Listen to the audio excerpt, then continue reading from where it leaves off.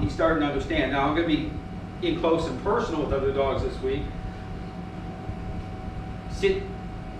So same thing here. I give a command. I'm gonna add some influence to, to the interaction to tie it in through verbal language.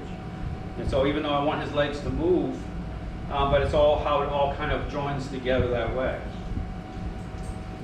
Now here I'm going to do a little distance work with him, and this is just going to be on the getting him to stay. Stay. Now I'm going to step in front of him here. Now this is just getting into just some basic control here from a distance. Cooper, come. And right in, right in, right in. I want him to go right in front.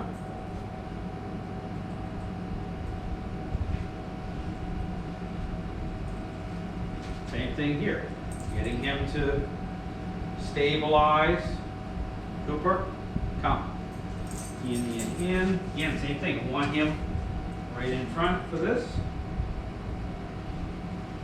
Heel. Back again. We'll do this a couple more times here. Again,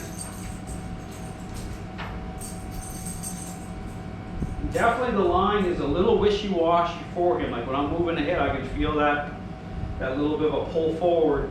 So that's something we'll be working on this week. So this is about just cleaning stuff up. Okay? And so it's just about intent. So it's just about how, and again, understand clarity comes through how you're moving, how you're tapping and nudging at certain points when the dog is investing or expressing control. When I say control, how I'm qualifying what it represents is based on the current state of the relationship. Understand that when you get in a really, really good place with a dog, it changes. And this is something where, on the video or people have questions, they don't understand that in terms of your starting point. If you have to be able the right foundation to even assess the current state of the relationship, like tying in the behavioral issues themselves. So, behavior doesn't represent response the way that the majority of trainers use that word. That's the wrong way to use that word, based on how they're engaging, motivating dogs that way in the middle of a relationship problem. Those are just responses, and they don't represent whatsoever. Typically, the perception of dogs are even changing. Like the question, again, I encourage people to ask is how are trainers what's the criteria to even establish that? Well, there's none there. Okay, it's all assumption based because the core ingredients to establish it, influence and control, are not part of their process. So this is where we get into this thing about, the starting point itself. To be able to even assess a dog properly, okay, you have to be interacting in a way that's going to offer up truth in terms of how the dog perceives you. And it's a level of agreeableness or disagreeableness by way of the right language, okay, through the method. So here, same thing, I'm going to step away. Stay. As I step away, notice the leash is up nice and high here. And I'll say his name first, and I give the command. And then when I give the command, I express some control. So right here, he wants to break a little bit.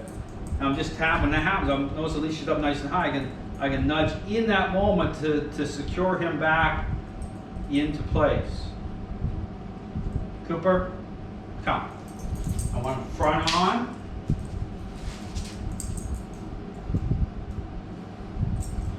Now here, I'm going to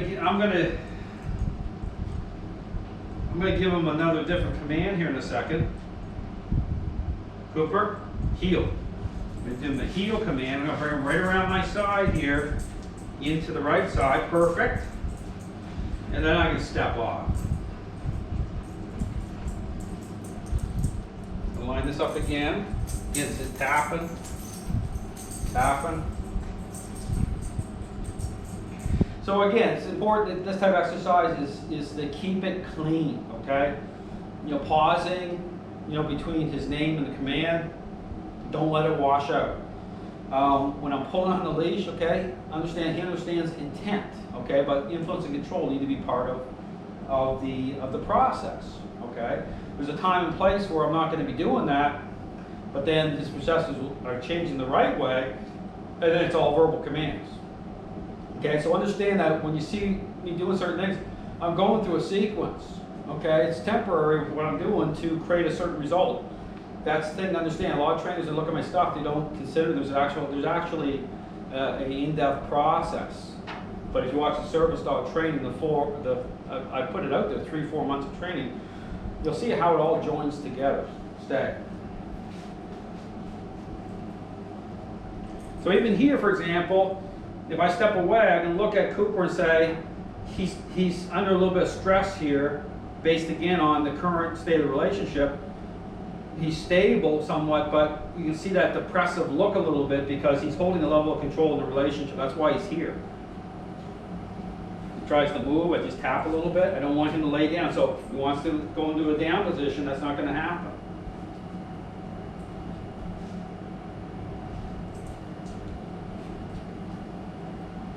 Cooper, heel. Heel again, I'll bring him right around to my side, back into the sit. Right. Around again here.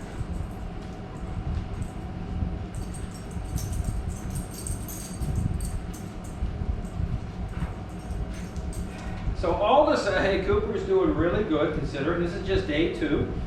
And this is just about cleaning some stuff up.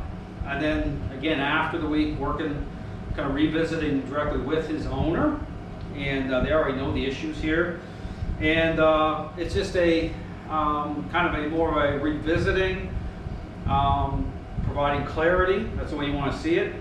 You know, when again you're experiencing a little bit of, you know, issues in terms of things are kind of, you know, issues are coming up somewhat.